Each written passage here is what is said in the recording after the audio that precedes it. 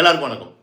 நான் எப்பயுமே ஒரு சில விஷயங்களை பார்த்தீங்கன்னா பெருசாக கண்டுக்க மாட்டேன். அதுலேயும் முக்கியமாக யாராவது ஒருத்தவங்க உதவி பண்ணுறாங்க, அந்த உதவி வந்து சரியாக சேரலை, இல்லை ஏதோ ஒரு குறைகள் இருக்குது அப்படின்னா கூட அதை நான் பெருசாக எடுத்து கண்டுக்க மாட்டேன். ஏன்னு கேட்டிங்கன்னா, ரெண்டாவதுட்டே அந்த மக்களுக்கு ஏதோ ஒரு உதவி கிடைக்குதா அப்படின்ற ஒரு பாயிண்ட் அவள் விட்டுட்டு போயிடுவேன். பட் அந்த உதவியவே ஒருத்தன் வியாபாரமும் பண்ணிவிட்டு அந்த உதவி வாங்குறாங்க பார்த்தீங்களா, அவங்கள ரொம்ப அசிங்கப்படுத்தி கேவலப்படுத்துறது இருக்குது பாருங்கள். இது வந்து ஏற்றுக்கவே முடியாது. அப்படி ஒரு செயலை தான் வந்து இர்ஃபான் வியூ அப்படின்ற யூடியூபர் வந்து செஞ்சுருக்காரு. ஸோ அவர் இந்த அளவுக்கு செய்யறதுக்கு என்ன மாதிரியான காரணங்கள், என்ன மாதிரியான மனநிலை அவர் வந்து இதை செய்ய வைக்குது அப்படின்றது இந்த வீடியோவில் பார்க்க போகிறோம். அப்புறம் பார்த்தீங்கன்னா இன்னொருத்தர் பார்த்தீங்கன்னா ரொம்ப ரொம்ப வாழ்க்கையில் அடிப்பட்டு என்ன பண்ணுறதுனே தெரியாமல் ஒரு வெங்காயம் மாதிரி ஆகிட்டாரு அப்படின்னு புலம்பிகிட்டு இருக்காரு. அவரையும் இந்த வீடியோவில் நம்ம வந்து பார்ப்போம். ஸோ என்னோடய சேனல் நீங்கள் யாராவது ஃபஸ்ட் டைம் வரீங்க அப்படின்னா சப்ஸ்கிரைப் பண்ணிவிட்டு பெல் பட்டனை ப்ரெஸ் பண்ணுங்கள், ஷேர் பண்ணுங்கள், முடிஞ்ச அளவுக்கு லைக்கிங் கமெண்ட்ஸையும் போட்டு இந்த சேனலை வளர்க்குறது உங்கள் கையில் இருக்குது அப்படின்றத சொல்லி வீடியோக்குள்ளே போகிறேன்.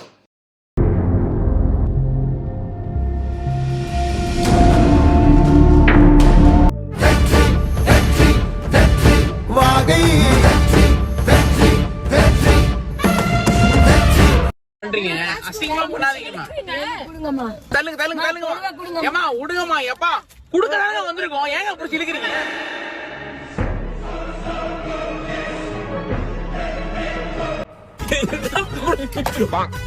எப்படி போடுறா பாத்தியா? கையை புடிச்சு இழுக்கிறாங்க அவனு. ஐயோ அல்லாவே, ஒரு நல்லது நினைச்சுதான்டா வந்தோம்.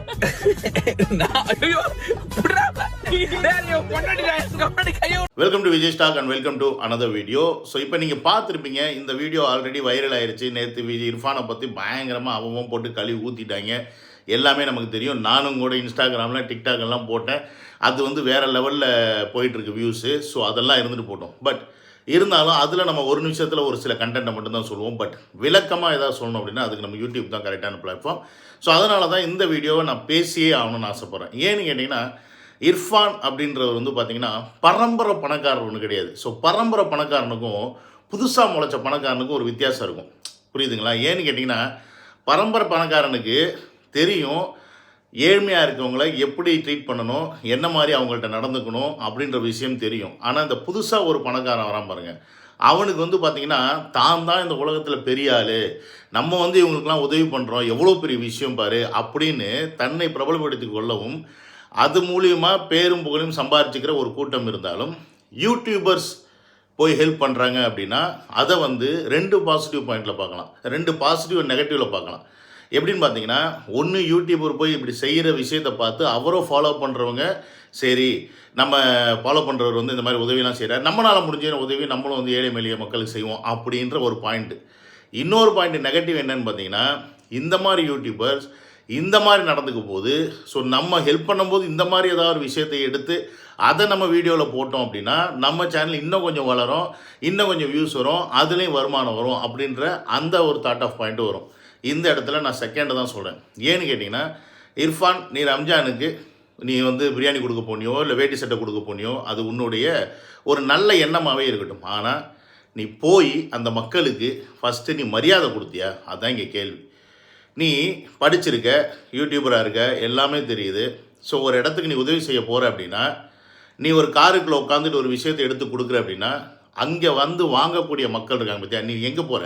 ஏழை எளிய மக்கள்னு சொல்லிட்டு பிளாட்ஃபாரத்தில் வாழ்கிறவங்க, ஒன்றுமே அன்னைக்கு சோறு கிடைச்சா அவங்களுக்கு சந்தோஷம் அப்படின்னு இருக்கிற நிலமையில் இருக்கவங்க, அன்னைக்கு ஒரு வேட்டி சட்டை கிடச்சா அப்பா வருஷத்துக்கு இந்த ஒரே வேட்டி சட்டை கிடச்சிதேன்ற அந்த நிலமையில் இருக்கவங்கள தானே நீ தேடி போய் கொடுக்குற. அங்கே இருக்கும்போது அவங்க ஓங்கிட்ட நீ காரில் உட்காந்து கொடுக்கும்போது லயனாக வரிசையில் வந்து வாங்கணும்னு நீ நினைக்கிற அந்த பாயிண்ட் ஆஃப் வியூ பாருங்கள், அதுதான் இருக்கிறதுலே கேவலமான செயல். ஏன்னா இர்ஃபான் அதில் ஒரு வார்த்தையை சொல்கிறாப்புல, ஏங்க இப்படி அசிங்கமாக பண்ணுறீங்க அப்படின்னு. அவங்க அசிங்கமாக பண்ணலை, அவங்களுடைய நிலைமை அதுதான். அவனுக்கு இன்றைக்கி அது கிடைக்கலைன்னா என்ன பண்ணுறது? நீ காருக்குள்ளே எத்தனை வச்சுருக்கேன்னு தெரியாது, இருக்கிற எல்லா மக்களுக்கும் வச்சுருக்கேன்னு தெரியாது, இல்லை ஒரு 10 பேருக்கு தான் நீ வச்சுருக்கேன்னு தெரியாது. ஸோ அதனால் அந்த இடத்துல எத்தனை பேர் இருக்காங்களோ அவன் வந்து அவனுக்கு எது ஃபஸ்ட்டு கிடைக்குதுன்னு காருக்குள்ளே கையை விட்டத்தான் வந்து வாங்க செய்வான். அப்போ நீ உண்மையாலே ஒரு நல்ல எண்ணத்தோடு அவங்களுக்கு உதவி பண்ண போயிருந்தீங்கன்னா அந்த காரை விட்டு இறங்கி அந்த மக்கள் எத்தனை பேர் இருக்காங்கன்னு பார்த்து அவங்கள கூப்பிட்டு அவங்களுக்கு ஆளுக்கு ஒன்று ஒன்றா எடுத்து நீ கொடுத்துருந்த அப்படின்னா அது வேறு, அது நல்ல செயல். அதை விட்டுவிட்டு நீ காருக்குள்ளே உட்காந்து கொடுக்குற, அவங்க வந்து பறிக்கிறாங்கன்னு சொல்கிற, அதுலேயும் உங்கள் ஒய்ஃப் ஒரு ரியாக்ஷன் கொடுக்குறாங்க பாருங்கள், என்னமோ அப்படியே பான் வித் கோல்டன்ஸ் பொண்ணு, அம்பானி வீட்டு பொண்ணு மாதிரி, என்னமோ அப்படியே அவ்வளோ ஏழனமா, ஐயோ அப்படி என்ன என்ன என்ன ரியாக்ஷனு அவ்வளோ அன்கன்வீனியண்ட்டாக நீங்கள் ஃபீல் பண்ணுறீங்கன்னா எதுக்கு நீங்கள் போகிறீங்க உதவி கொடுக்கறதுக்கு? அவங்க வந்து உங்களை கேட்டாங்களா? உங்கள் வீட்டு வாசலில் வந்து நின்று பிச்சை எடுத்தாங்களா? ஐயா சாமி தர்மம் போடுங்க ஏதாவது கொடுங்கன்னு. நீ தானே ஆட்டிக்கிட்டு போகிற. சரி போனேன், வாங்கிடுச்சு, போய் கொடுத்துட்டேன். கொடுத்ததுக்கப்புறமா நீ ரெக்கார்டும் பண்ணிட்ட, ஆனால் எடிட் பண்ணி தானே இந்த வீடியோ போட்டிருப்ப. எடிட் பண்ணும்போது கூட இந்த செயல் நமக்கு தப்பாக இருக்குதுன்னு தோணாமல் நீ அதை எடுத்து அதுக்கு ஒரு பேக்ரவுண்ட் மியூசிக்லாம் போட்டு அதில் வந்து அவங்கள வந்து சிரித்து, என்னமோ நீ என் பொண்டாட்டி கையை பிடிச்சி இழுக்காதீங்கடா அப்படின்னு. என்ன உன் பொண்டாட்டி நீ என்ன ஷாப்பிங் போகும்போது யாரும் கையை பிடிச்சி இழுத்தாங்களா என்ன? இல்லை, நீ அவனுக்கு கொடுக்கணும்னு போகிற ஒரு விஷயத்த அந்த நிலைமையில் இந்த அரசாங்கம் வச்சுருக்குன்ற அந்த புரிதல் கூட இல்லாமல் திருப்பி ஓட்டு போட்டு இதே கட்சிகளை உட்கார வைக்கக்கூடிய முட்டாள் மக்கள் தான், ஒத்துக்கிறேன். ஆனாலும் மக்கள் அவங்களுக்கு தானே நீ போகிற, அவங்களுக்கு தானே நீ செய்ய போகிற. அவங்களுக்கு கொடுக்க வேண்டிய மரியாதையை நீ கொடுக்காமல் இருக்கேன்னா இது என்ன திமிர்? இது யார் கொடுக்குற இந்த திமிர்?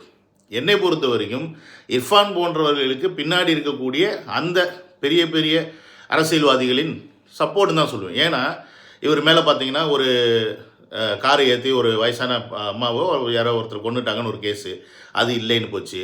அதுக்கப்புறம் பார்த்தீங்கன்னா இந்தியா சட்டப்படி ஒரு வயிற்றுக்குள்ளே இருக்க குழந்தை ஆனா பெண்ணான்னு சொல்லவே கூடாது பிரசவத்துக்கு முன்னாடி.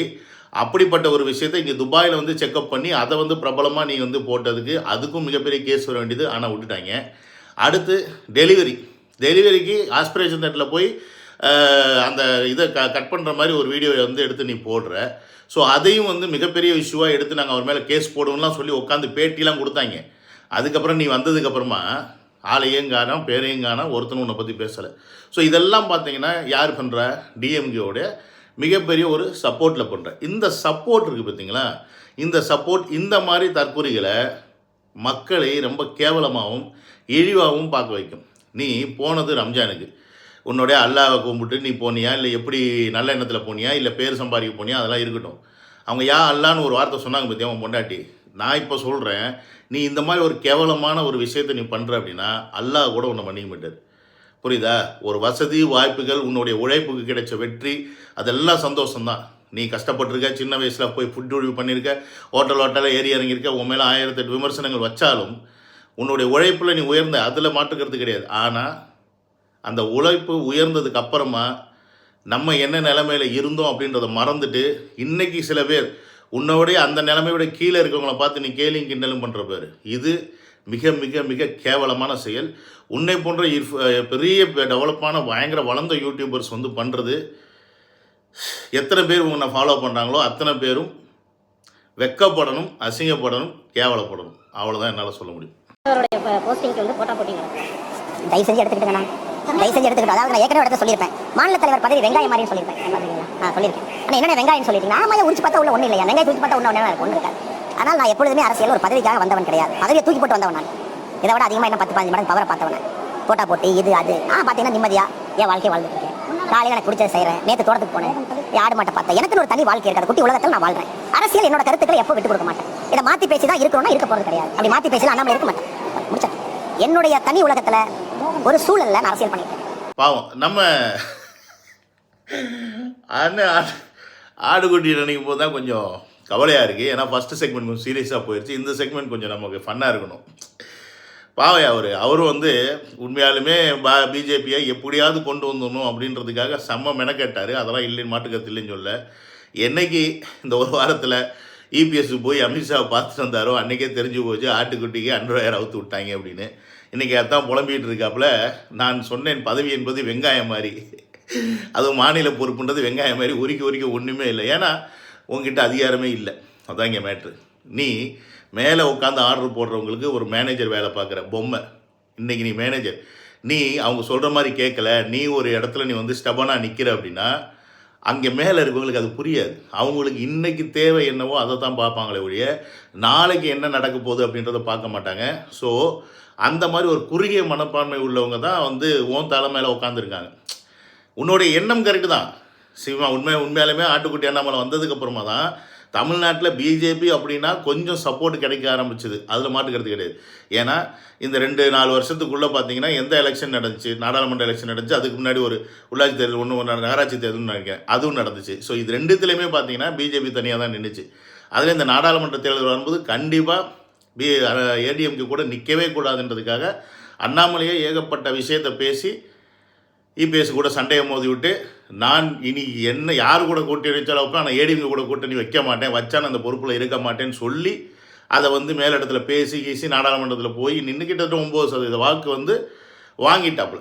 சரி, இவ்வளோ பண்ணியே கடைசியில் என்ன பலன்? ஸோ இதுதான் அரசியல். நீ மக்களுக்காக சேவை செய்வாங்களா? நீங்கள் உங்களுடைய தேவைக்காகவும் உங்களுடைய எப்படி சொல்கிறது வளர்ச்சிக்காகவும் நீங்கள் அரசியல் பண்ணுறீங்க அப்படின்னா, நீங்கள் இன்னொருத்தரை சார்ந்து அரசியல் பண்ணுறீங்க அப்படின்னா உங்களுடைய வளர்ச்சி அப்படின்றது என்றைக்குமே குட்டப்படும். அவங்களுடைய கைப்பாவையாக தான் இருந்துகிட்டே இருக்கணும். ஏன்னு கேட்டிங்கன்னா, ஒரு சைடு இந்த பக்கம் உனக்கு ஏடிஎம்கே சுத்தமாக ஆகாது. ஸோ ஏடிஎம்கே அப்படியே நீ சேர்ந்தா கூட எல்லாமே இபிஎஸோட கண்ட்ரோல் படி தான் நடக்கும் அப்படின்னு சொல்லிட்டு அவங்க போய் அங்கே பேசிட்டு வந்திருப்பாங்க. ஏன்னா அவங்கள பொறுத்த வரைக்கும் ஒரு மிகப்பெரிய கூட்டணி தேவை அப்படின்றதுல முக்கியமாக இருக்காங்க. இந்த பக்கம் திமுக ஸ்ட்ராங்காக இருக்குது.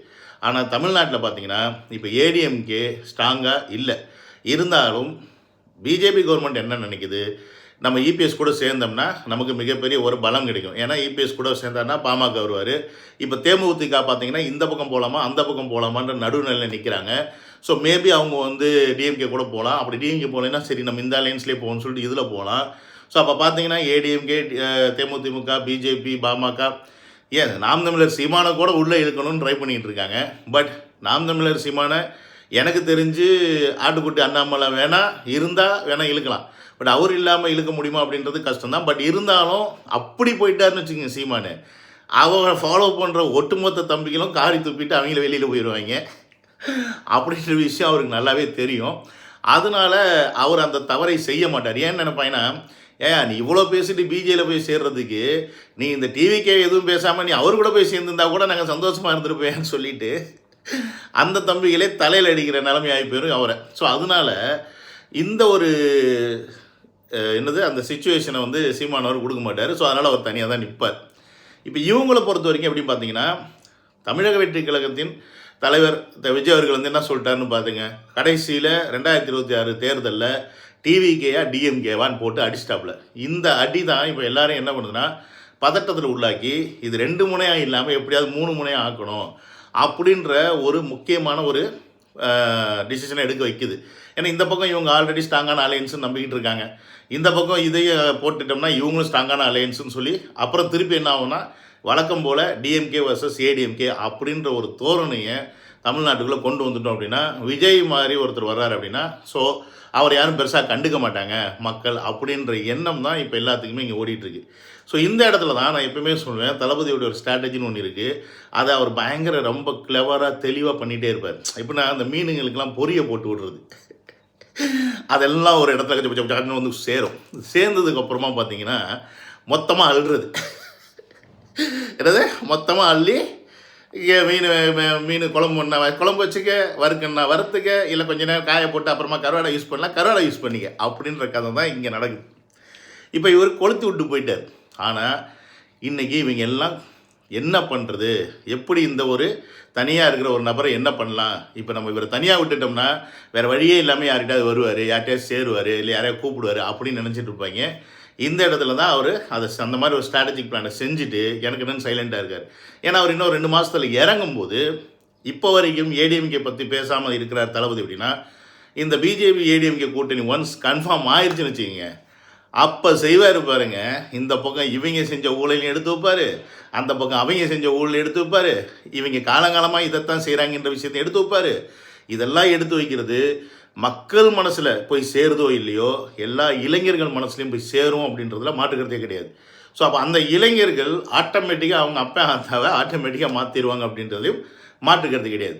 அண்ட் இது எல்லாத்துக்கும் மேலே விஜய் மாதிரி ஒரு பவர்ஃபுல்லான பர்சன் அவர் பேசும்போது அவர் சில விஷயங்களை சொல்லும்போது, ஆமாம் இந்த கூட்டுக்களை வாங்கி இதைத்தானே பண்ணிக்கிட்டு இருக்காங்க காலங்காலமாக, இதை மாதிரி ஒருத்தர் எதிர்க்கிறதுக்கு ஒரு சரியான ஆம்பளை வேணும், சரியான ஆள் வேணும், ஆளுமை படைத்த ஒருத்தர் வேணும் அப்படின்னு நினைக்கும் போது அந்த ஆப்ஷனில் தமிழக வெற்றி கழகத்தின் தலைவர் விஜய் அவர்கள் இருக்கிறார். ஸோ அது இருக்கும்போது மக்களுக்கு என்ன ஆகுதுன்னு பார்த்தீங்கன்னா, இந்த 2 கலாணி பயிலையும் ஒழிச்சுக்கிட்ட முதல்ல இவருக்கு ஏதாவது ஒரு ஓட்டை போட்டு தேர்ந்தெடுப்போம். ஏன்னு கேட்டிங்கன்னா இவங்க ஆல்ரெடி ஒருத்தர் மிஸ் பண்ணிட்டாங்க, அவர் தான் விஜயகாந்த். ஸோ அந்த மிஸ்ஸை இந்த வாட்டி பண்ண மாட்டாங்க அப்படின்றதுல எனக்கு கொஞ்சம் நம்பிக்கை அதிகமாகவே இருக்குது. லெட்ஸ் வெயிட் அண்ட் சி 2026 என்ன ஆக போகுதுன்னு தெரில. பட் ஆட்டுக்குட்டி அண்ணாமலை அவர் சொல்லிட்டாரு, எனக்கு என்னங்க நான் போவேன், இந்த நேற்று கூட தான் வீட்டுக்கு போனேன், ஆடு இருக்குது, மாடு இருக்குது, விவசாயம் இருக்குது, நான் அதை பார்த்துக்கிட்டு என் வாழ்க்கையை ஓட்டுவேன் அப்படின்ற அளவுக்கு இன்றைக்கி அவர் போயிட்டாருன்னு நினைக்கும் போது நமக்கு கொஞ்சம் வருத்தமாக தான் இருக்குது. ஏன்னா யாரை வச்சு செய்கிறது அப்படின்ற ஒரு கேள்வி தான். எனிவே கைஸ், ஸோ 2மே இன்றைக்கி போடப்பட்ட பிரியாணி தான், 2மே இன்றைக்கி மாட்டின ஆடு தான். ஸோ இந்த பிரியாணி உங்களுக்கு பிடிச்சிருந்துச்சு அப்படின்னா நான் சொன்ன மாதிரி என்ன செய்யணுமோ அதை செய்யுங்க. See you on another video. Love you all. Take care. Bye bye.